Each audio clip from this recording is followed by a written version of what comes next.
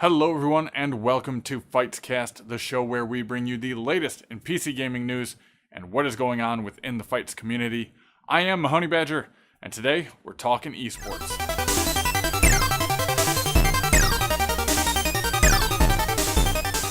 So a big thing is happening right now in the world of esports, and that is the International 4, the Invite Dota 2 tournament happening in Seattle. Teams have been brought in from across the globe, personally invited by Valve to come to this tournament, and it is huge. Why is it so huge? Why should you be paying attention? Well, the prize pool for this tournament is up well over $10 million. A $10 million prize pool that has been achieved by fan donations, buying in-game items through the Dota 2 store, like a compendium or compendium points. Small things where a portion of which go to the prize pool, and it has achieved over $10 million. Let's put that into perspective. That is more than every Dota prize pool ever combined, and that's Dota 1, Dota 2, any tournament worldwide, combine all the totals. This one tournament is worth more than all of those. The winners of the International 4, that winning team stands to walk away with more than $5 million. That's a lot of money. Now, of course, within the structure and organization of these teams, because they're run more like businesses, everybody gets a piece of the pie and a cut of it. So it's not like every player is getting $1 million, but $5 million to one team. Sign me up. Sign me up. I'll handle that responsibility. But you get the idea. It's pretty big. It's pretty huge. So what does this mean for the community? What does this mean for Fights community? What does it mean for LAN play? Well, Dota 2 is a LAN playable game. They're playing it on LAN at the International 4. It's going to be awesome. Everybody's going to be tuning in. There's a whole crowd of people who are going there. Easy Life, I know you. I'm calling you out because you've been to Fights LAN events, and I know you're going. I expect to see awesome pictures, autographs, and cool swag when you show up in the next Fights LAN bragging about how you were at the International 4. I totally expect to see it. But it's going to be huge. The crowd energy is going to be awesome. And that's people just going to watch the games. They're not even playing. They're just going to go and watch it. If you want to get an idea for what the atmosphere is like at this, go onto Steam and look up free-to-play. Not the category of games free-to-play, but in the search bar, type free-to-play, and there will be a movie that you can watch that is about the International. And it's not even the most recent one, okay? But watch that movie. It's a documentary, and it's pretty well done, pretty amazing, really awesome. And yeah, you'll see what the energy is all about in that room of watching LAN play of a really competitive event. But let's start talking about the community and what this means for us as players of the games, as people who just enjoy playing games. There's a bit of a division within the community about esports and what it means and how we should handle this. There are some people who are going to say, oh my God, you competitive guys are ruining the game. I just want to go in there. I just want to play the game. I don't want to have to worry about server settings, config files. I just want to play the game and have a good time. Why do you guys have to get so serious? Yeah, there are going to be people who play like that, and that's fine. Games are meant to be enjoyed. Play the games and enjoy them. Then there are people who get into the competitive spirit of it, and they like esports, and some people in the esports community want it to be very well established, very mainstream, right up there with ESPN 8, the Ocho, playing the esports games, right? And then there are some other people who are going to say, no, I just want this to be the niche subculture that it is, and I want it to stay there. It's up to you to decide what you really like for it, but I want to talk to the people who want esports to be in the mainstream, because I am one of those people. I like watching esports.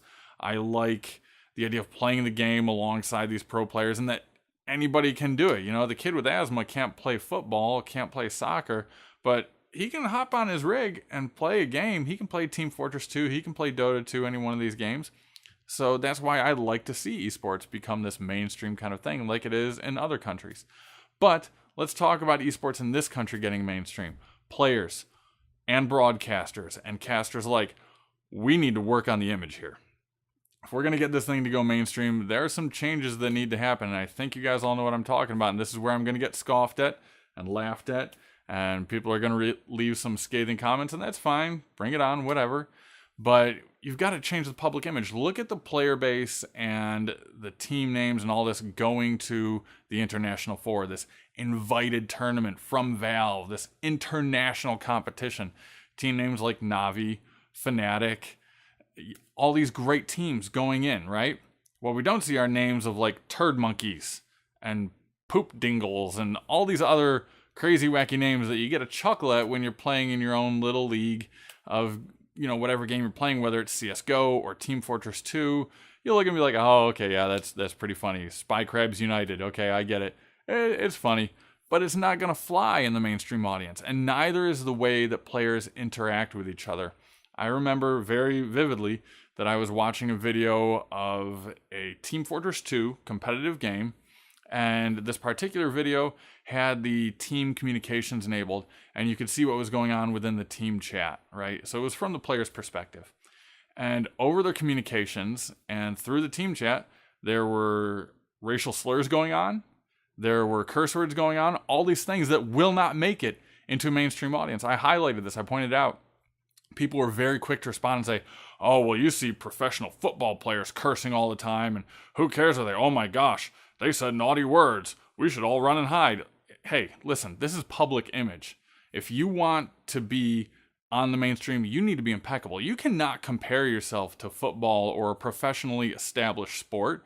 You're trying to break into it. You're totally new. You cannot go to the crusty old white dudes at the head of the broadcasting stations across this country and say, hey, here's this game we want to bring up. We want to broadcast it on your stations. What do you think? And then have them spewing racial slurs and curse words everywhere. They'll kick you out of their office so fast. It's unreal. So if you're one of those players who wants to get esports to the mainstream, and you know who you are, you know that's what needs to be done. We need to improve the image of esports. And even how it's done elsewhere across the globe. I've tuned into some other, and I harp on Dota 2. I totally do it. I know I do. I'm a Dota 2 player, so of course I'm all like, oh yeah, Dota 2. But I've seen it even in other countries from their Dota 2 broadcasts. The way they broadcast it just would not fly here in the States. It would not fly on the mainstream media here in the States. So maybe it needs to stay in that niche subculture category. Maybe we should keep it there, and we need to review how we're doing revenue for it and building it into an industry that can survive in that niche subculture.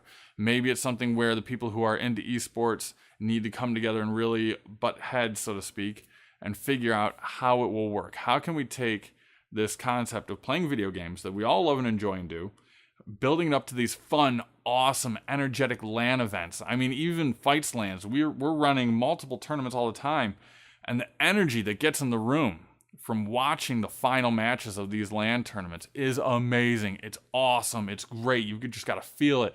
So they'll be playing the game, and all of a sudden you hear that, oh, and everybody starts cheering at something. It's great. You've totally got to go to a LAN event, be there for the tournaments, for those final matches. It's awesome. Let's make that happen. Let's make it mainstream. Let's make it something that people can easily tune into on high quality. Let's come up with a good way to get revenue. Let's come up with a good way to support players and teams as a business model, as an industry.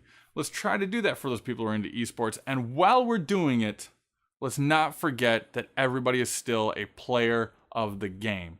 Let's not turn a blind eye to our fellow players and start throwing around terms like filthy casuals. No, let's remember our player base. Remember where we come from. Play with these people all the time. Coaching events and exhibition games, all this stuff. There's such an opportunity to be great players, great ambassadors of your game, great ambassadors of a tournament and of LAN style play. Get out there and do it. We could have a really awesome time and a great community with this if only we put that extra effort into it, and that we continue to support developers and games that have LAN support. Those like Team Fortress 2, Dota 2, Left 4 Dead 2, Killing Floor, and the upcoming Star Citizen will have LAN support as well. And those are just a handful of games off the top of my head. Counter-Strike, of course, is another great one. All those games have LAN support. You can get in the room. You don't have to worry so much about having massive bandwidth going out. You can just get in there and play with your friends. Support that, support our players, and let's work together on making esports a mainstream thing. Hey Fights, what you playing?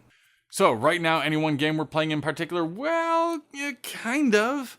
I'm getting back into Payday 2 because some friends of mine picked it up on the summer Steam sale. And after all the updates, it's like a whole new game.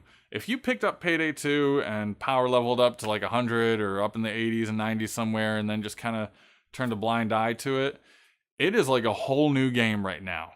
Get back into some Payday 2. The difficulty is ramped up. The stealth mechanics are totally different. Try it out.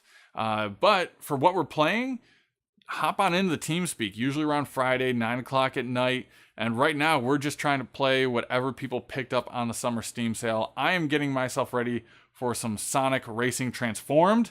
A little bit of rage is going to be going on there for sure. It's bound to happen, but whatever. We're all friends here, right? And for this week's forum tip, once again, not so much a tip from the forums, but a tip in doing your own LAN party. And this one is for the more large-scale LAN events. If you're having a large group of people come over, make sure you come up with games to get people up and out of their seats. You might not have to worry about it if you're doing like a 6 or 8 player LAN, because you guys all came there to play, 2 to 3 games that you know you all play. But for those larger events with larger groups, get people out of their seats. That's all we've got for this episode of the FITESCast. Liking, sharing, commenting, and subscribing are always greatly appreciated. I am the Mahoney Badger, and until next time, keep that KD ratio hot.